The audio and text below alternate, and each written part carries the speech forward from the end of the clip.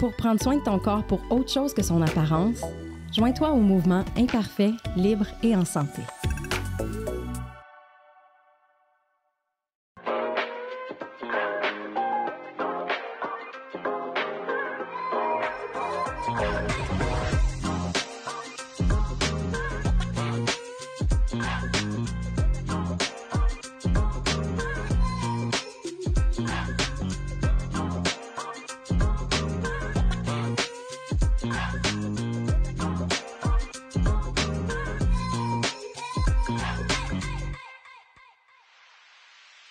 Bienvenue à tous. Aujourd'hui, je m'entretiens avec Vicky. On va parler des changements corporels liés à la ménopause et de la perception du corps qui change. Bon épisode!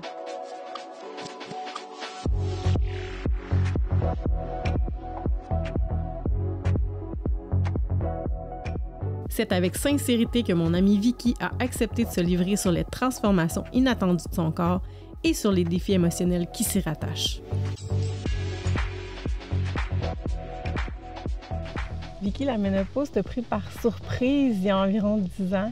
Ouais. Tu t'en étais pas rendu compte que c'était ça? Non, je m'en étais pas rendu compte. C'était tellement... C'est sournois. C'est sûr, j'avais Émile, il était plus jeune. Puis les événements de la vie aussi. Tu es toujours porté à mettre ça sur la faute de quelque chose d'autre. C'est la faute d'un événement. C'est la faute, tu es plus fatigué, tu travailles plus. Ah, ben je suis fatiguée, je m'occupe quand même de mon enfant. J'avais aussi une ado encore à la maison. Fait que tu mets ça sur la faute de la vie, de l'extérieur. Mais jamais sur la ménopause. Dans ta tête, la ménopause, c'est pas avant 55 ans et plus. Même si tu le sais, je le sais en tant que professionnel que c'est bien avant ça, les symptômes. Mais tu sais, quand on dit cordonnier mal chaussé, moi, ça a été vraiment le cas. Je me suis pas arrêtée à ça. C'est dernièrement, ça fait pas longtemps, j'ai réalisé que depuis des années, j'ai des symptômes de la préménopause puis que je suis dans ça. Qu'est-ce que ça a changé par rapport à ta perception corporelle de vivre la ménopause puis de finir par t'en rendre compte? Bien, c'est l'acceptation. L'acceptation de tous les changements corporels, les changements émotionnels, psychologiques, mais corporels, c'est que tout le monde les voit aussi. Oui. Fait que c'est plus difficile. Ton corps change, tu es perçu ou tu as l'impression d'être perçu différemment. Qu'est-ce qui est le plus difficile au niveau des changements corporels? Tu sais, qu'est-ce que tu t'es dit? Ah, mon Dieu, tu sais, ça, il me semble que j'aurais voulu que ça vienne plus tard ou que ça vienne juste pas au niveau des changements. Je mets plus de shorts. Je mets des jupes plus longues. Ma cellulite, ma cuisse qui grossit plus, comparativement à ma taille. Fait que ça change ton corps. Les rides, les ridules, la peau qui s'affaisse, mais partout, là, tu sais, c'est mes bras, c'est tout mon corps au complet qui change. C'est l'habillement qui est différent. Tu peux plus t'habiller pareil. Tu sais, je travaille dans le domaine physique aussi, de la beauté. Fait que c'est peut-être que notre perception on est plus dur. Je suis peut-être plus dure avec moi à cause de ça aussi. Il y a plusieurs femmes, dans le fond, rendues à la ménopause, qui prennent du poids. Toi, moi, je te connais depuis quelques années. J'ai pas l'impression que tu as pris du poids. Oui, j'ai pris du poids. Tu as pris du poids? Oui, vraiment, ça paraît même pas. Ben oui. Puis je porte encore les mêmes vêtements, là, mais c'est limite. C'est soit que je suis dans la réflexion, là, c'est soit que là, je me laisse aller, c'est correct comme ça, puis j'accepte ce qui est, ou je perds quelques livres. Parce que j'ai encore tous les mêmes vêtements, mais oui, j'ai pris un bon 8 livres dans la dernière année. Puis au niveau de t'entraîner autant régulièrement qu'avant, en ce moment, tu sais, est-ce que j'entends qu'il y a quelque chose qui t'empêche de faire ça comparativement avant? C'est l'énergie. L'énergie n'est pas la même. C'est probablement le pourquoi qui n'est pas le même aussi. Tu sais, avant, je le faisais pour mon corps. J'ai plus le goût de le faire pour mon corps. J'aurais le goût de le faire, de bouger pour mon énergie, avoir une plus belle énergie, pour me sentir bien. Mais parce que dans ma tête, ce serait pour maigrir de quelques livres, c'est comme si j'ai pas l'énergie pour le faire. J'ai plus le goût de bouger juste pour être plus mince. Sur ça, t'aurais-tu envie d'aller boire un café, toi? Allez, envoie donc. On pourrait en parler longtemps. Oui, go! On continue la discussion autour d'un café.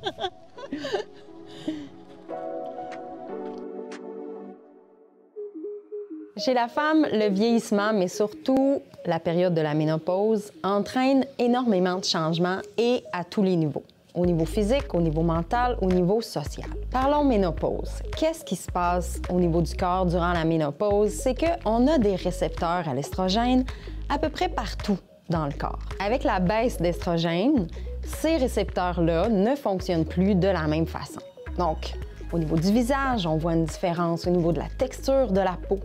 On voit une différence au niveau cardiaque, au niveau de la composition corporelle. Souvent, les femmes vont me dire « je comprends pas, j'épaissis ». En fait, ce qui se passe, c'est que les récepteurs au niveau du tissu gras, du tissu adipeux, va faire qu'il va y avoir une accumulation davantage au niveau du ventre intra-abdominal et moins au niveau sous-cutané, sous la peau. Ce sont des changements qui sont normaux. Ce qu'on me demande souvent, c'est « oui, mais qu'est-ce que je peux faire pour combattre ça? » Et c'est le mot « combattre » qui me dérange souvent, comme si on devait se battre constamment contre son corps. C'est vrai qu'avoir de saines habitudes de vie va aider à la santé et au bien-être. Est-ce que ça va compenser pour tous ces changements-là?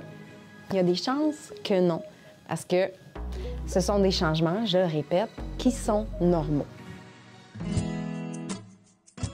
Bienvenue, Vicky. Puis on se fait un chin de café. Oui, donc. La ménopause, elle t'a comme un petit peu pris par surprise, mais de façon sournoise, hein? Ben oui, parce que je mettais tout sur la faute de tout, sauf la ménopause. Parce que tous tes symptômes, ou presque, tu sais, c'est un petit symptôme qui arrive à la fois. Puis là, le premier symptôme qui t'arrive, tu te dis, ben là, avec tout ce que je vis, c'est tout à fait normal que je vis cette émotion-là, ou que je vis cette fatigue-là. Ou... Puis là, il arrive autre chose, ben là, c'est normal, j'ai travaillé fort la semaine passée, ou... Il y a tout le temps quelque chose qui fait que c'est normal. Pour que le jour où ce que tu réalises que, hey, mais non, mais tout ce que je vis depuis 2-3 ans, ben, c'est la préménopause, mais je ne l'ai pas vu clairement. Puis j'aurais peut-être pu avoir de l'aide avant, mais je le mettais sur la faute d'autres choses. Puis je sais que je ne suis pas la seule. On est plusieurs comme ça. Oui, physiquement, il y a eu beaucoup de choses, mais psychologique, on peut en parler longtemps, mais tu sais, la concentration, les pertes de mémoire, mais fréquentes. Tu sais, moi, je pouvais faire 10 choses à la fois, puis j'étais très efficace. Mais je suis plus comme ça. Fait que, tu sais, psychologiquement, c'est difficile aussi d'accepter que, là, 5 minutes, tu te rappelles pas qu'est-ce que tu avais fait ou qu'est-ce que tu voulais faire. Mais toujours, pas dans des moments de fatigue ou dans des moments de surmenage, c'est toujours comme ça. Puis il y a aussi le fait, tu le sais, on en a déjà parlé, j'ai un enfant qui a 13 ans à la maison. Oui. Psychologiquement, toutes les deux, on est en situation hormonale. Oui. Il faut que je sois très ouverte à ça aussi, pour avoir moins de pics, justement, quand je suis dedans puis que j'en suis consciente que c'est moi, c'est pas l'enfant. C'est comme un double défi, dans le fond, de combiner l'espèce d'aspect cognitif de « Ah, oh, il me semble que j'ai plus autant de mordant qu'avant. Ouais. » Et de dire « Mais en plus, mon corps change. » Je commence à l'accepter. Ça fait plusieurs mois que je suis dans ça, mais tu sais, que j'engraisse, que j'ai plus le même corps, que j'ai plus la même énergie. Que, effectivement, tu sais, la cellulite est là. Je mets plus des shorts courtes. C'est dans, tu sais, la cellulite est là, la cellulite est plus là, c'est dans tout. Tu sais, tu te regardes le corps, tu dis, hey, je suis plus comme j'étais, puis tu sais, des fois, je suis méchante avec moi-même, là, en me regardant. Peu importe la période de la vie, l'acceptation, c'est une étape essentielle pour être capable de prendre les meilleures décisions quant à sa santé. Quand on est rendu à la ménopause, c'est important de passer l'étape d'acceptation de tous ces changements-là, physiques, mentaux et les changements sociaux.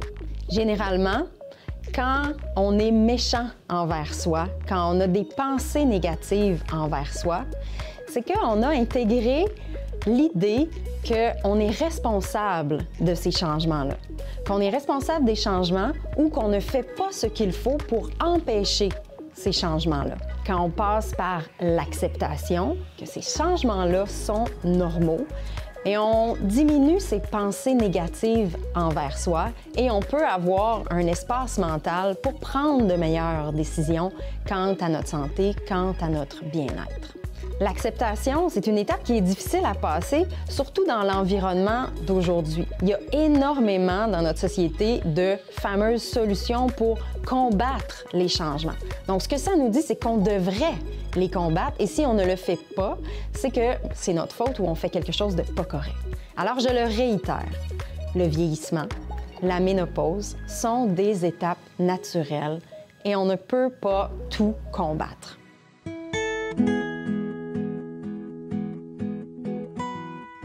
Je suis chanceuse de vieillir. Tu sais, on perd des gens qui sont très jeunes parfois, puis ils laissent des enfants derrière eux. J'ai la chance de vieillir. Je connais du monde qui apprendrait ma cellulite. J'essaie de penser comme ça quand j'étais en période plus négative sur mon corps. Est-ce que tu dirais qu'avant la ménopause, tu avais ce genre de discours négatif-là ou c'est pire depuis que tu es en ménopause? Je l'ai toujours eu en tant que femme. J'ai toujours eu un discours négatif sur mon corps, même quand j'étais extrêmement parfaite. J'avais un discours négatif, je voyais ce que j'aurais pu avoir et que je n'avais pas, mais c'est pire avec la ménopause. Est-ce que c'est pire parce que j'ai vraiment 6 livres de plus? Ou est-ce que c'est pire parce que psychologiquement, mon psychologique ne fonctionne plus comme avant non plus, puis il est plus négatif, puis je le sais pas. C'est un mélange de tout, mais oui, c'est pire. Tu sais, quand tu dis un corps presque, quand j'étais presque parfaite, tu sais, je suis comme curieuse de savoir presque parfaite dans la vision de qui, puis tu sais, comparativement à quoi? Parce que, tu sais, on le sait, hein, les standards de beauté, c'est ce qui fait, à un moment donné, qu'on a un discours négatif envers soi-même puis qu'on ne s'accepte pas parce qu'on ne ressemble pas nécessairement à l'idéal de beauté qui est prôné. Fait que pour toi, ça a-tu été ça? Tu sais, comme oui. L'idéal de beauté. L'idéal de beauté, autant dans les revues, tu sais, moi, dans mon temps, c'était les revues. Oui. Autant dans les revues que de voir les garçons, quand j'étais plus jeune, regarder la fille qui avait quelque chose d'un petit peu plus que moi, un petit peu moins que moi, les comparaisons.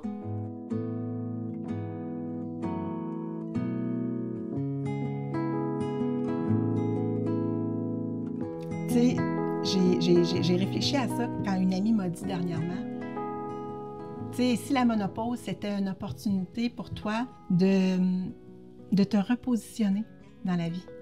J'ai trouvé ça vraiment beau. Puis c'est vrai. Tu sais, dans le fond, c'est ça, tous les questionnements qu'on a. On se repositionne au niveau de notre santé, de notre vie, de notre corps, de le sens qu'on donne à notre famille, à nos amis, à notre travail, tu sais, parce qu'on se donne beaucoup de travail depuis longtemps. Et si c'était une opportunité pour me repositionner dans ma vie? C'est le positif qui ressort pour moi. Puis quand je trouve ça difficile, je repense à ça. Je suis en train de me repositionner et c'est OK. Et c'est OK. Puis, tu sais, je prends des décisions pour le repositionnement sur lesquelles je me sens bien. Ouais. Oui, il y a des choses que je perds, mais ça, c'est gros quand je gagne ça.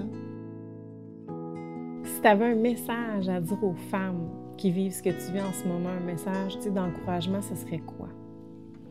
J'ai le goût de dire de s'écouter.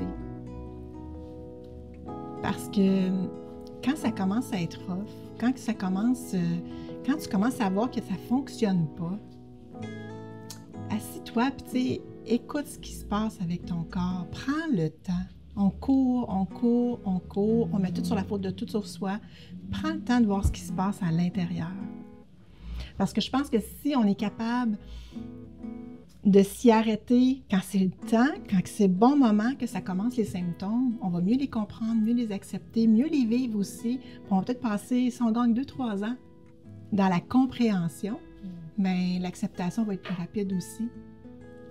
S'écouter.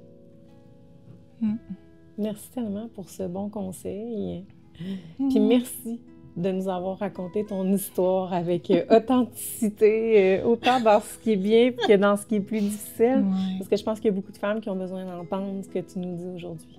Non, ça me fait tellement plaisir. Si jamais tu fais un tome 2, je suis là. Yeah!